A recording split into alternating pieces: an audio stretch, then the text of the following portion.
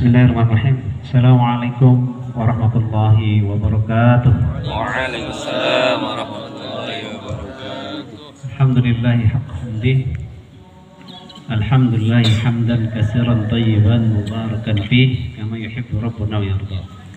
Asyhadu an la ilaha illallah wahdahu la syarikalah wa asyhadu anna sayyidana wa nabiyyana Muhammadan abduhu wa rasuluh la nabiyya ba'dah.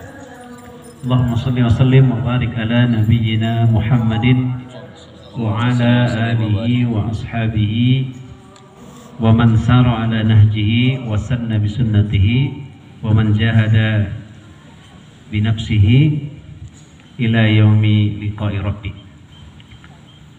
Qala Allah ta'ala fi kitabil karim, a'udzu billahi minasy syaithanir rajim. Ya ayyuhalladzina amanu taqullaha haqqa tuqatih wa la tamutunna illa wa antum muslimun. Wa qala ta'ala aidan ya alladzina amanu kutiba 'alaikumus syiyam kama kutiba 'alal ladzina min qablikum la'allakum tattaqun. Wa qala Rasulullah sallallahu alaihi wasallam man shoma ramadanan imanan wa ihtisaban ghufira lahu ma taqaddama min dhanbihi. Sadaqallahul azim wa sadaqa rasuluhul karim wa nahnu ala dzalika minasyahidin wasyakirin walhamdulillahi rabbil alamin. Atas takdir Allah Subhanahu wa taala, sore ini sesuai dengan yang kita rencanakan. Setelah pagi tadi mungkin kita begitu banyak agenda kegiatan, bahkan kalau SD dari malam ya, dari malam pagi kemudian dilanjutkan tadarus siang ya sampai sore, nanti sampai malam lagi. Masya Allah. Mudah-mudahan detik, waktu, menit, jam yang terakumulasi semuanya itu adalah merupakan bagian dari amal soleh yang akan diganjar oleh Allah Subhanahu wa taala. Amin ya rabbal alamin. Bapak, ibu-ibu, hadirin dan hadirat sekalian yang dimuliakan oleh Allah Subhanahu wa taala.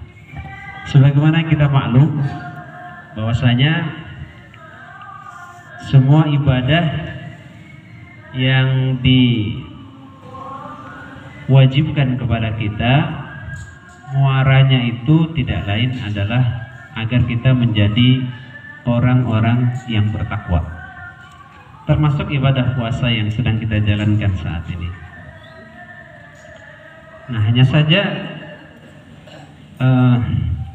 takwa di sana itu dalam pengertian bahwasanya dia tidak bersifat statis.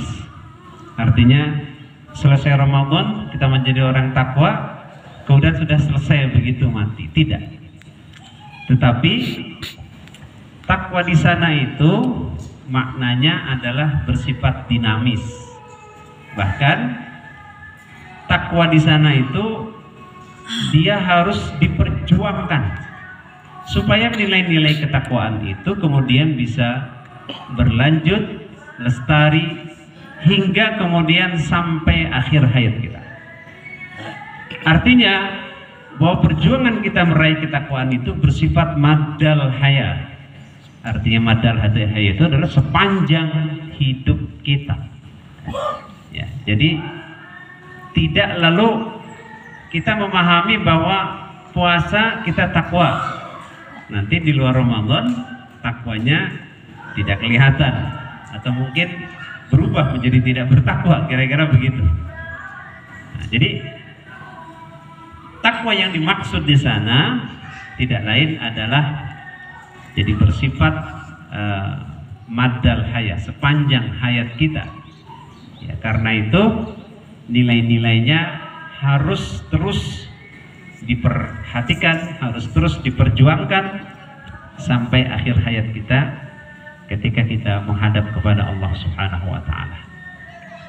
Nah, oleh karena itu puasa sebagaimana yang kita ketahui bahwasanya dia merupakan ibadah yang murni dan sekaligus juga punya nilai kesabaran yang tinggi. Makanya para ulama mengatakan bahwa ibadah puasa itu dikatakan sebagai bagian dari kesabaran kita. Asyamu nisfus sabri. Ya, jadi siam itu adalah setengahnya dari kesabaran. Ya, sehingga orang yang tidak bersabar dalam puasanya, ya baik bersabar dalam menunggu waktunya, bersabar untuk mengucapkan kata-kata yang tidak baik, bersabar untuk hal-hal yang lainnya yang memang berpotensi untuk merusak puasa kita, maka dia dikatakan puasanya adalah puasa yang sia-sia. Nah, karena sabar itu merupakan bagian dari puasa, maka orang yang dapat mempertahankannya diganjar dengan balasan yang tanpa batas. Innama yuwaffas sabiruna ajrahum bighairi hisab. Sehingga dalam hadis yang sahih disebutkan bahwasanya semua amalan anak Adam itu adalah untuknya. Ya, kullu amal ibni Adam kullahu, untuk dia. Ya. Illa sauman, kecuali puasa. Makanya puasa itu asyamu li wa ana ajzi bihi. Puasa itu adalah untukku dan aku yang akan memberikan balasannya. Begitu kata Allah Subhanahu wa taala yang disampaikan oleh Rasul dalam hadis qudsinya. Ya. Jadi begitu luar biasa ya balasan daripada orang-orang yang berpuasa itu, sampai-sampai dikatakan puasa itu untukku kata Allah dan aku yang akan memberikan balasannya. Kalau ibadah-ibadah yang lain itu boleh dibilang balasannya itu tertera, bahkan ada hitungan-hitungannya gitu. Baca Quran misalnya, ya, man qara'a harfan fi kitabillah, ya, falahu hasanatun, ya, wal hasanatu bi asyri amsalihha. Jadi barang siapa yang membaca satu huruf dari Al-Quran itu dibalas dengan satu kebaikan, di mana satu kebaikan itu nilainya digandakan menjadi 10 kebaikan.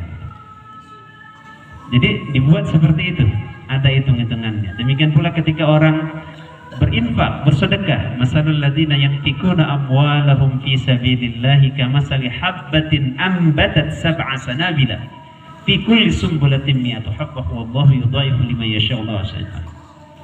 Ya, 1 kemudian dibalas menjadi 10 menjadi 100 dan sampai 700 kali lipat. Ada hitung-hitungannya. Ya, tetapi kalau puasa tidak begitu, ya. Apalagi puasa yang diikuti dengan latihan kesabaran yang tinggi, maka dia akan diberikan ganjaran yang tanpa batas tadi itu. Nah, oleh karena itu setiap kita tentu akan mendapatkan ganjaran yang berbeda-beda, ya, ganjaran yang berbeda-beda sesuai dengan sejauh mana penghayatan dan kualitas puasa yang kita jalankan. Imam Al-Ghazali di dalam kitabnya, ya, di dalam kitab Ihya-nya juga menyebutkan bahwa tingkatan orang puasa itu ada 3, yakni puasa umum, ya, puasa khusus, dan ada puasa khususil khusus. Puasa umum adalah puasa orang yang hanya menahan makan dan dahaga, menahan lapar, dahaga, dan berhubungan suami istri di siang hari. Ya. Jadi hanya sebatas menjaga itu. Sementara orang yang berpuasa khusus itu udah beda, tingkatannya naik ke derajat yang kedua, yaitu dia menahan makan, minum, dan juga berhubungan suami istri di siang hari, tapi dia ikuti dengan seluruh anggota badannya ikut berpuasa. Matanya berpuasa, hatinya berpuasa, pikirannya berpuasa, ya, tangan kakinya ikut berpuasa, hatta tangan-tangannya pun juga ikut berpuasa. Sebab tangan itu secara otomatis atas dorongan hati dia menggerakkan sesuatu yang bisa melakukan satu aktivitas yang justru akan merusak nilai puasa kita. Antum kalau mengeser sesuatu yang berbau fitnah itu namanya menggerakkan tangan. Tangan pun ikut berpuasa. Jadi meningkat dari puasa yang umum ke puasa yang khusus. Kemudian ada yang ketiga yaitu puasa khusus, yaitu tingkatan yang lebih tinggi. Nah, ini tingkatan orang-orang yang berpuasa bahwa semua aktivitas yang dijalaninya hanya tertuju kepada Allah Subhanahu wa Ta'ala. Bahkan kata para ulama itu, pada tingkatan ini orang berpuasa itu ketika dia berbuka memikirkan sesuatu yang akan diminum nanti dibuka ya, atau yang dimakan yang nanti akan dibuka itu, pada saat berbuka udah batal puasanya. Untuk tingkatan itu dia. Wah, nanti tadi saya lihat sudah ada bakwan ya. Terbayang tuh di pikirannya bakwan itu batal puasanya. Kalau untuk tingkatan khusus ya, khusus. Tapi kan kita belum sampai pada tingkatan itu. Kalau kita mah tingkatannya ya paling nggak tingkatan yang khas lah. Ya jangan seperti yang sudah-sudah, tingkatannya tingkatan umum aja. Harus ada perubahan yang kita lakukan, yang kita targetkan. Ya. Nah, kira-kira begitu. Nah, jadi oleh karena itu maka puasa kita sejatinya ya menjadi sarana perubahan yang mendasar yang terjadi pada diri kita, yang kemudian kita perjuangkan dalam keseharian kita, yang tentu kita implementasikan dalam berbagai aktivitas yang kita jalani dan kita lakukan di dalam kehidupan ini.